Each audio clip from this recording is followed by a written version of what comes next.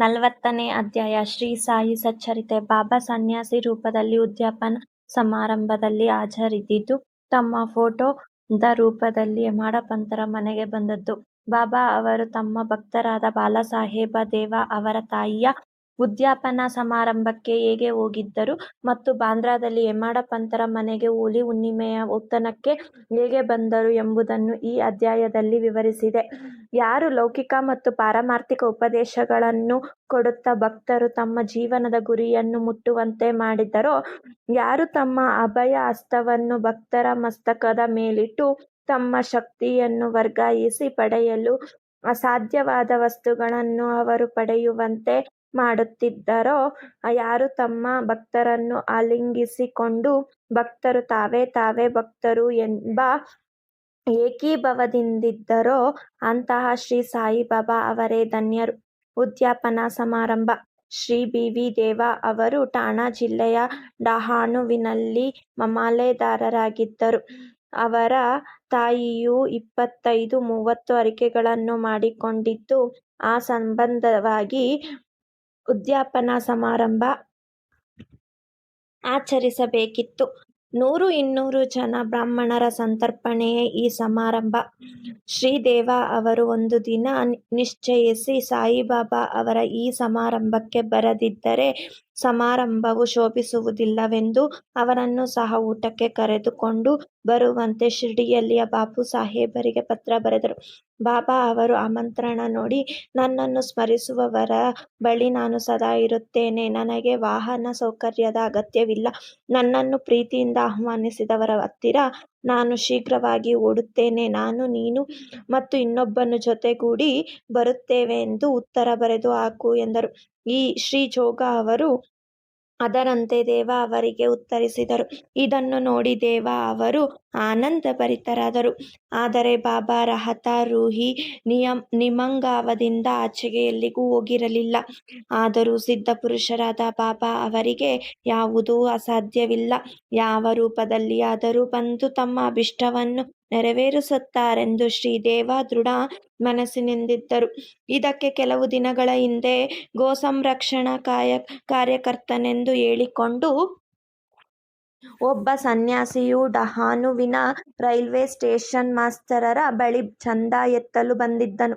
ಅವರು ದೇವ ಮಾಮಲೆದಾರರ ಕಡೆಗೆ ಹೋಗಿ, ನಿಮ್ಮ ಕಾರ್ಯ ಸುಗಮವಾಗುತ್ತದೆ ಎಂದು ಹೇಳುತ್ತಿರುವಾಗ ಅದೇ ಸಮಯಕ್ಕೆ ಸರಿಯಾಗಿ ದೇವ ಅವರು ಅಲ್ಲಿಗೆ ಬಂದರು. ಸ್ಟೇಷನ್ ಮಾಸ್ತರರು ಸನ್ಯಾಸಿಗೆ ದೇವ ಅವರ ಪರಿಚಯ ಮಾಡಿಕೊಟ್ಟರು. ಇಬ್ಬರೂ ಕೆಲವು ಕಾಲ ಮಾತುಕತೆ ನಡೆಸಿದರು. ಆಗ ದೇವ ಅವರು, ಈಗ ತಾನೇ ನರೋತ್ತಮ ಶೆಟ್ಟಿ ಬೇರೆ ಕಾರ್ಯಕ್ಕೆ ಚಂದಾ ಎತ್ತಿದ್ದಾರೆ. ಅದರಿಂದ ಈಗಲೇ ಇನ್ನೊಂದು ಸಲ ಚಂದಾ ಎತ್ತುವುದು ಸೂಕ್ತವಲ್ಲ. ಇನ್ನು 3-4 ತಿಂಗಳ ನಂತರ ಬನ್ನಿರಿ ಎಂದು ಹೇಳಿ ಕಳುಹಿಸಿದರು. ಮುಂದೆ 1 ತಿಂಗಳ ನಂತರ ಸನ್ಯಾಸಿಯು ಬೆಳಗ್ಗೆ 10 ಗಂಟೆಗೆ ಸರಿಯಾಗಿ ದೇವ ಅವರ ಮನೆಯ ಬಾಗಿಲಿಗೆ ಬಂದನು. ದೇವ ಅವರು ಚಂದಾ ಎತ್ತಲು ಆತ ಬಂದಿದ್ದಾನೆಂದು ಭಾವಿಸಿದರು. ಆದರೆ ಆ ಸನ್ಯಾಸಿಯು ಉದ್ಯಾಪನಾ ಸಮಾರಂಭದ ಸಿದ್ಧತೆಯನ್ನು ನೋಡಿ ತಾನು ಚಂದಾ ಎತ್ತಲು ಬಂದಿದ್ದರೆ ಊಟಕ್ಕೆ ಬಂದಿರುವುದಾಗಿ ತಿಳಿಸಿದನು. ಆಗ ದೇವ ಅವರು, ಸರಿ, ಬಹಳ ಸಂತೋಷ, ನಿಮ್ಮದೇ ಮನೆ ಎಂದು ಭಾವಿಸಿ ಊಟಕ್ಕೆ ಅಗತ್ಯವಾಗಿ ಬನ್ನಿರಿ ಎಂದರು. ಆಗ ಸನ್ಯಾಸಿಯು, ನನ್ನೊಡನೆ ಇನ್ನೂ ಇಬ್ಬರಿದ್ದಾರೆ ಎಂದನು.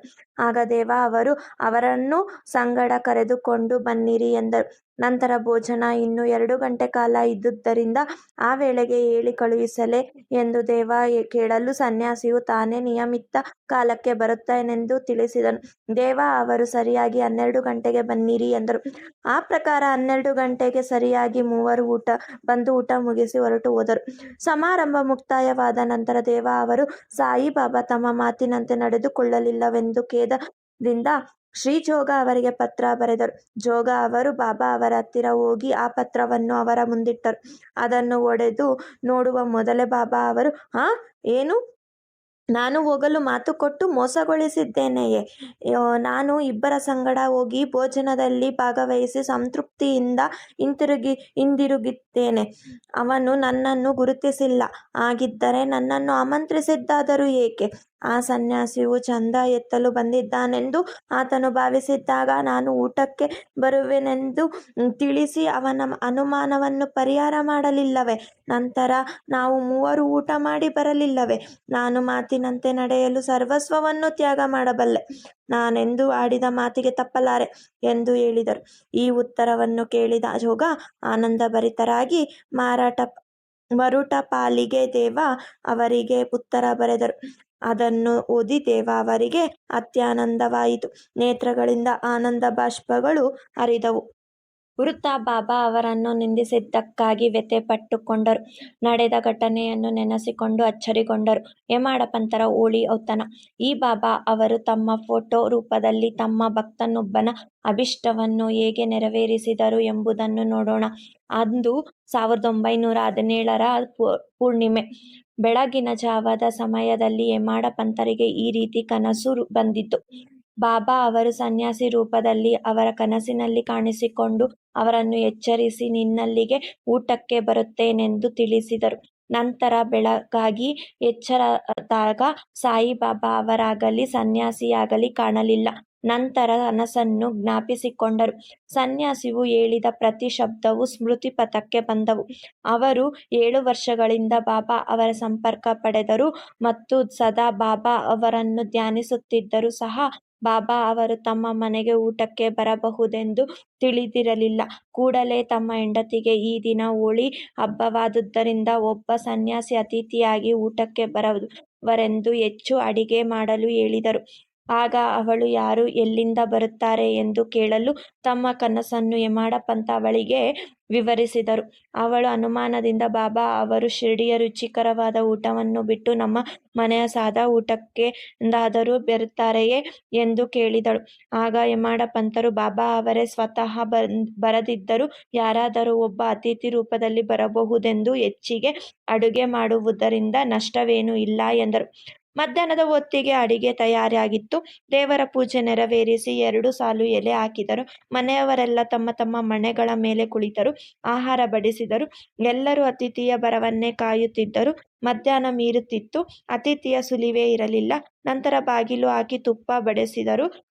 ಇನ್ನೇನು ಎಲ್ಲರೂ ಊಟ ಮಾಡಲಾರಂಭಿಸಿದರು ಎನ್ನುವ ಸಮಯಕ್ಕೆ ಸರಿಯಾಗಿ ಬಾಗಿಲ ಬಡಿತ ಸಪ್ಪಳ ಕೇಳಿಸಿತು. ಹೇಮಾಡ ಪಂತರು ಹೋಗಿ ಬಾಗಿಲು ತೆರೆದು ನೋಡಲಾಗಿ ಹಲೀಮಾ ಮಹದ ಮತ್ತು ಇಸ್ಮಾ ಮಾಜಾವರ ಅವರನ್ನು ಕಂಡರು.